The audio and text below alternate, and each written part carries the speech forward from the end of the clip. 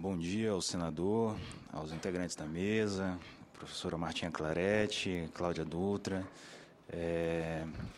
e o rapaz do Carlos, né?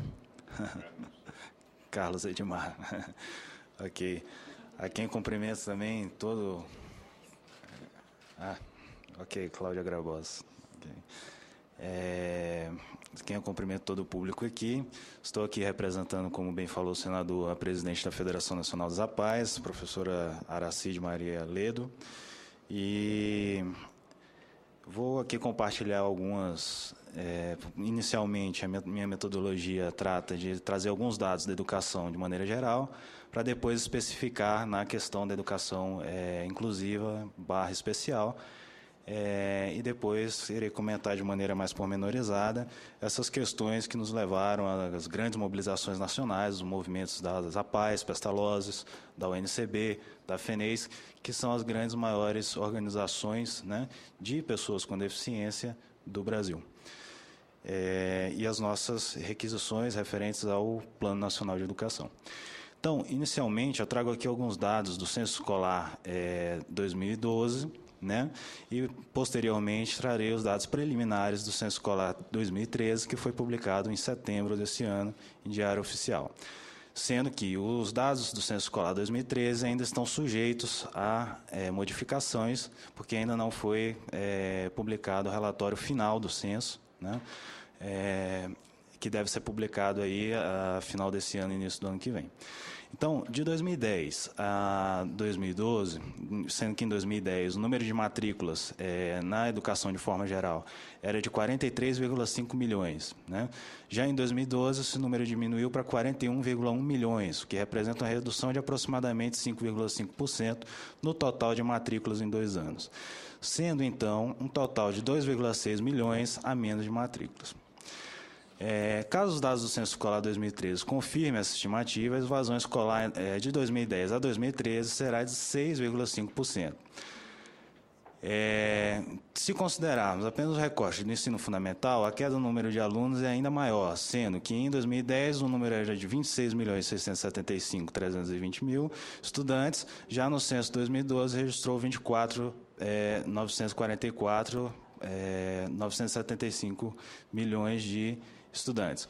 Isso representa uma queda de 6,4%. Se confirmados os dados de 2013, a queda será de 9,1%. Em relação às creches no Brasil, que aí não é uma etapa obrigatória, segundo a LDB e segundo a própria Constituição, o índice de pessoas que têm acesso à creche hoje no Brasil e que estão entre a idade de 0 a 3 anos é de 18,9%. Mediante esses dados e concordando com os dados que a Martinha do MEC já apontou, a educação especial, ao contrário do total geral de matrículas, teve um crescimento de 23%, né? Em média de 2010 a 2013. Bem, o que nós conseguimos hipotetizar desses dados, né? Sendo que, num total geral, nós tivemos uma queda de 6,5%, se representa por volta de 2,6 milhões de pessoas que evadiram da escola, né? E na educação especial nós tivemos um aumento de 23%. Né? Então, o que explica o que pode ser falado de correlação entre isso?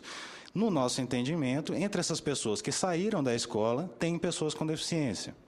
Né? E nós não conseguimos acesso a dados, porque eu acredito que ainda não tenha, e não tenha como fazer uma correlação com os dados do próprio censo, de saber se essas pessoas que evadiram, quantos por cento são de pessoas com deficiência e quantos por cento são de pessoas sem deficiência.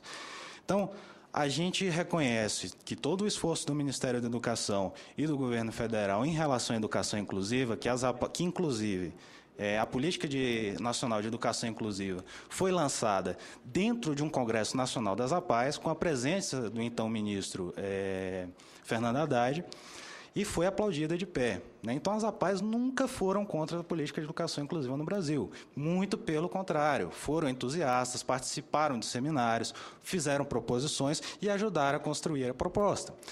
No entanto, nós não entendemos que a educação inclusiva posta como está hoje, é capaz de universalizar a educação para a pessoa com deficiência, principalmente em relação à pessoa com deficiência intelectual.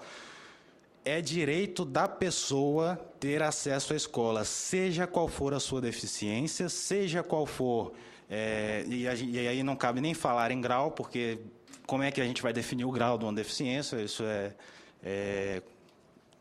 não é contraditório para os dias de hoje, frente ao que trata a Convenção, né, da definição que a Convenção trata de pessoa com deficiência. E nós acreditamos plenamente nisso. E nós acreditamos a modalidade de educação especial como uma forma de se eliminar barreiras para a inclusão escolar. Ou seja, a educação especial, ela não é simplesmente colocar a pessoa com deficiência dentro de uma sala de aula com outras pessoas com deficiência e ficar lá até o seu percurso escolar inteiro. Não é isso. Não é essa a nossa proposta, né? E aí eu trato aqui de algumas outras questões. Eu trouxe aqui outros dados, né, tratando da educação infantil, que hoje a pré-escola no Brasil atende 80,9% das crianças, né, que mostra que a educação infantil, de forma geral, ainda não está de maneira total universalizada, mas é um avanço muito grande, tem crescido esse percentual de inclusão a cada ano. Temos o dado do ensino fundamental, e que no ensino fundamental a universalização ela é quase que completa, né, chegando a índices de 95,5%, e se confirmados os dados de 2013, nós teremos aí quase 98% das pessoas entre 6 e 14 anos incluídas na escola. Porém, desse total de pessoas incluídas na escola, o PNAD, né, que é o índice por municípios, né, de domicílios, mostra que apenas 83% dessas crianças frequentam, de fato, a escola, né? Então, o número de matrícula é diferente do número de frequência. Isso também tem que ser levado em consideração. Então, nós acreditamos que essas políticas de educação inclusiva e que são políticas afirmativas de alto valor e têm feito a diferença, né, e têm melhorado os índices de educação no país, são necessárias, são afirmativas, e nós estamos de pleno acordo. Inclusive, na Conferência Nacional das Pessoas com Deficiência, todas os pontos elencados em relação à política de educação inclusiva foram aprovados com a maioria extensa dos votos, chegando a 97% do total de aprovados, né? E as APAES lá votando juntamente com todos os outros movimentos. Então, ainda hoje, as APAES votam pela política de educação inclusiva no país. Nós não somos contra essa política.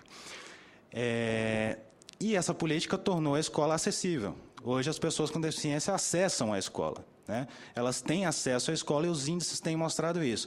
Só que os índices gerais de evasão escolar mostram que a escola ainda não é capaz de manter o aluno na escola, de garantir essa permanência do aluno na escola, né? Uma vez que, por exemplo, as escolas de educação básica, como um todo em geral, elas têm um currículo a seguir para serem certificados, para atuarem como escola, elas têm um currículo a seguir. Esse currículo é inflexível, na sua maioria, né? Então, tem coisas obrigatórias que a escola tem que cumprir ali e que o aluno, por sua vez, o estudante, por sua vez, tem que cumprir também para ter um rendimento aproveitável, né? Ou seja, a escola é meritocrata, você tem um número ali que define o seu grau de conhecimento naquela disciplina, naquele bimestre, para passar de ano. E isso, ao nosso entendimento também, é uma política retrógrada. Né? Então, ao passo que a pessoa com deficiência intelectual, que é o foco de trabalho, né, o público-alvo de trabalho das APAES e dos familiares que compõem o movimento apaiano, entendem que a pessoa tem que estar incluída no sistema educacional. Elas têm que estar incluídas no sistema educacional. Mas que esse sistema educacional, para dar garantias, porque, entendendo uma concepção mais geral e ampla de educação, assim como a Cláudia bem colocou, né, que educação é vida, e é vida por quê? É vida porque, a partir do momento que a pessoa entra na escola, a escola é o que vai dar instrumentos para o seu pleno desenvolvimento cognitivo, que leva ao seu entendimento, né, o entendimento de si como ser humano. Né? Então, a partir daqueles conhecimentos básicos que a humanidade construiu ao longo da história, ela vai entender a si mesma como humano. Né? E nós entendemos, então, que realmente essa educação ela tem que ser uma educação para a vida e que perpasse todos os níveis, né? Isso a Convenção também traz, que perpasse todos os níveis, né, da sua constituição enquanto ser humano. Então, nós temos que ter uma educação, e aí a questão da Meta 4, por exemplo, trata da universalização da educação somente dos 4 aos 17 anos, que é o que a LDB já garante como obrigatoriedade da oferta da educação gratuita. Mas nós teremos que pensar em expandir isso também aos demais níveis, né? Por exemplo, o da creche, que hoje só atende 18,3% da população brasileira. Por exemplo, também na educação profissional, né? Então, a pessoa com deficiência sai da escola, depois, né? Há também o ensino superior, que a Martia bem mostrou também, existem políticas proativas, e a gente reconhece isso, né, de ação do Ministério da Educação para a inclusão no ensino superior. Então, eu acho que a gente tem que avançar também nesses outros níveis, né? A Federação Nacional das APAES hoje é sempre apontada, né, na verdade, em todos os discursos, como um movimento histórico, de importância histórica, né, que esteve na história, mas as APAES são um movimento atual. As APAES estão no território nacional brasileiro na maior parte dos estados, e com a política atual de trabalho, né, nós temos a política de atenção integral integrada à pessoa com deficiência, que foi lançada em 2011. Nós temos o programa de autogestão e autodefensoria da pessoa com deficiência intelectual, que foi lançado em 2001. Então, nós somos um movimento atual. Hoje, toda a diretoria de APAE tem duas pessoas com deficiência intelectual na diretoria obrigatoriamente. Hoje, nós temos presidente de APAE com deficiência intelectual. Isso não é gerar autonomia? Isso não é gerar dignidade à pessoa humana? Isso é segregar a pessoa?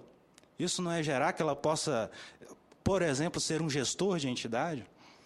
Né? Nós temos a APAE de Florestal, que o presidente da APAE de Florestal, o Alisson, que é uma pessoa com deficiência intelectual, e tem feito uma gestão boa, né? Consideravelmente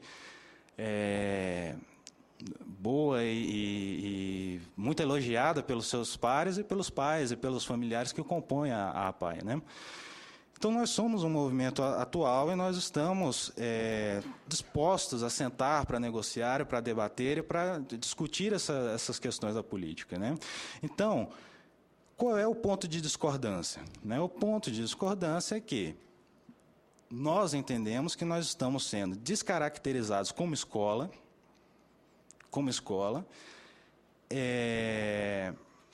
simplesmente porque não aceitamos essa política meritocrata, de currículos inflexíveis, e optamos por uma política de atenção integral integrada, da qual faz parte a assistência social, o apoio à saúde e a educação, com um único objetivo, que é o desenvolvimento da pessoa com deficiência e dar garantias para que essa pessoa com deficiência reconheça-se a si mesma como humana, né, dentro da sociedade em que habita,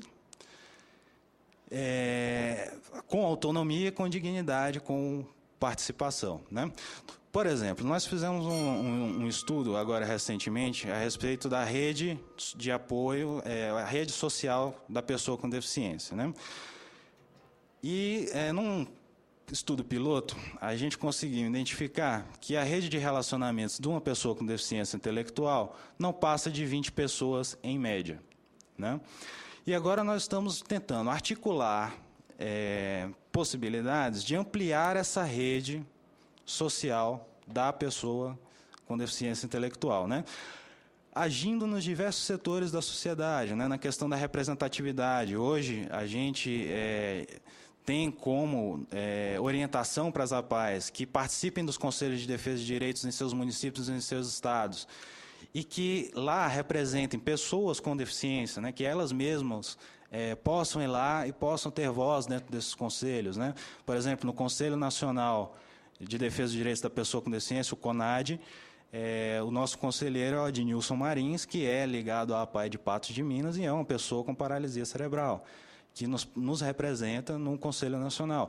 Então, as APAEs elas têm atuado nessas políticas afirmativas e têm atuado com um trabalho afirmativo de dar autonomia, dignidade às pessoas com deficiência no Brasil. E nós não somos movimento retrógrado, e nós não somos só movimento histórico, nós somos um movimento atual e que está em funcionamento, que está em andamento. A prova disso é que nós colocamos 5.000 pessoas na esplanada dos ministérios, pessoas com deficiência, entre pais e professores, mobilizados em torno da Meta 4. Né? Reconhecemos toda a questão da Convenção da ONU, eu acho que eu coloquei aqui também o artigo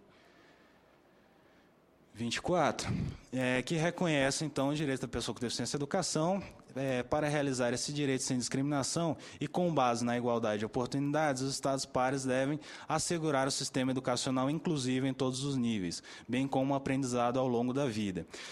Nós entendemos claramente isso, que a educação tem que ser inclusiva e que a pessoa com deficiência não pode ser segregada por fator de deficiência. Entendemos, concordamos e é isso mesmo, né? Esse é o novo paradigma, essa é a nova visão e nós estamos atualizados e alinhados com essa visão. Mas nós entendemos que se a pessoa com deficiência intelectual e múltipla, que no caso nós entendemos que é a deficiência intelectual associada a mais alguma outra deficiência, no caso física, auditiva ou visual, não tiver os apoios necessários, principalmente na primeira infância, né, do 0 aos 5 anos, dentro de um contexto integrado de ações de fonoaudiologia, de psicoterapia, de motricidade, ela dificilmente terá um desenvolvimento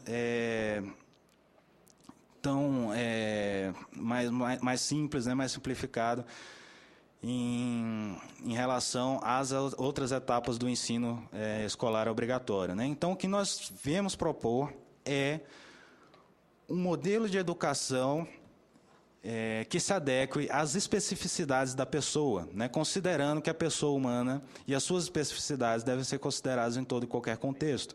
Então, nós não estamos propondo nada de diferente daquilo que está na Constituição ou daquilo que está presente na Convenção da ONU, ou que está na LDB. Mas nós estamos, enquanto movimento social, mobilizados a propor estratégias e propor formas para que essa política contemple a todos e para que todos estejam integrados dentro de uma proposta educacional que lhes atenda. Né? Que lhes atenda. Então, em relação ao AE, por exemplo, que está presente na Constituição e que lá aparece a palavra preferencialmente, né, que o atendimento educacional especializado será preferencialmente ofertado na rede regular de ensino, eu entendo da seguinte maneira. A Constituição de 88 já garante que a escola não pode negar matrícula para pessoa com deficiência por motivo de deficiência. Então, não são as instituições que estão, não é a PAI, não é a FENES que está fazendo com que os gestores municipais, o diretor de escola, recuse a matrícula da pessoa com deficiência. Né? E se caso isso esteja acontecendo, é por falta de monitoramento. Quem é que deveria monitorar e não está monitorando? Para a pessoa ser incluída de fato?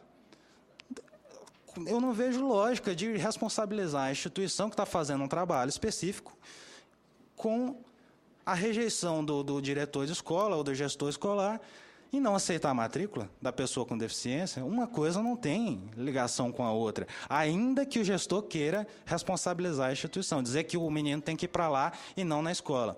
Inclusive, nós temos APAEs que fazem processo de inclusão escolar.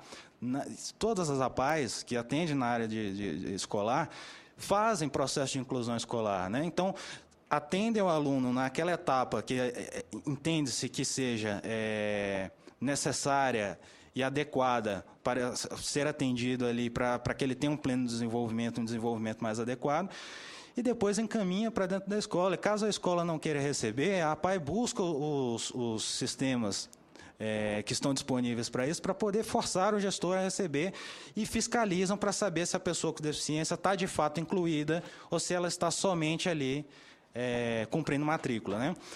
Ao exemplo disso, nós fizemos em 2011 um Seminário Nacional de Educação Inclusiva, que tivemos a adesão de mais de 700 secretarias municipais de educação, em que a APAE foi lá dentro da escola, em que tinha pessoas com deficiência intelectual incluídas, e lá escutou professores, os pais, as próprias pessoas com deficiência, para saber, para avaliar como é que estava aquela inclusão no município, né?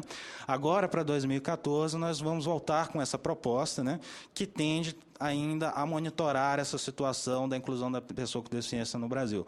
Nós somos a favor da política de inclusão da pessoa com deficiência e vamos monitorar e fiscalizar enquanto movimento de defesa de direitos humanos e de movimento de defesa de direitos da pessoa com deficiência. E o AEE, né, o atendimento educacional especializado que consta na Constituição, era educação especial, né? O atendimento educacional especializado tem uma outra concepção a partir da Política Educacional de Educação Inclusiva de 2008, que é quando o atendimento educacional especializado passa a ser um atendimento contraturno ao da escola comum, né? Então, o termo atendimento educacional especializado constituído na Constituição é o que nós chamamos hoje de educação especial. E aí, qual é a nossa luta, né? É para que as APAES continuem sendo reconhecidas como escola e que seja reconhecida como escola atual e que tenha uma proposta atual de trabalho que está em relação à Convenção da ONU, que está atualizada conforme a Convenção da ONU e que é essa proposta que a gente tem enquanto movimento, né? Eu agradeço a todos pela oportunidade, né, de estarmos aqui colocando a nossa posição enquanto movimento das APAES e coloco aqui os dados da Federação Nacional das APAES aqui em Brasília para maiores explicações, esclarecimentos e também caso queiram sentar para dialogar sobre o assunto, né, nós estamos sempre à disposição. E também não é por falta de procurar, né, enquanto instituição, o diálogo e a coerência, né, e também a busca por um consenso. Nós estamos abertos a isso, nunca nos fechamos a isso, essa proposta, né? Agora, sempre em que os espaços são fechados e que a gente não consegue, de fato, ser ouvido ou ser considerado, nós juntaremos os pais, os familiares, vamos fazer mobilização, vamos tentar ser ouvidos de alguma forma, né? Porque nós somos um movimento de defesa de direitos. Então, nós não fazemos, nós somos um movimento de luta, né? Nós vamos à rua, nós vamos com as faixas, com os pais na rua, para tentar garantir esse direito, que em primeiro lugar é um direito de autonomia, de liberdade, não só às pessoas com deficiência, mas também aos familiares, que é quem lida diretamente com a pessoa com deficiência e são seus responsáveis, né? E a própria Declaração Universal de Direitos Humanos especifica que os pais e os familiares são os responsáveis pela escolha da orientação educacional de seus filhos, né? Então, esse é um direito inalienável que nós estamos lutando e lutaremos para ser garantido. Obrigado.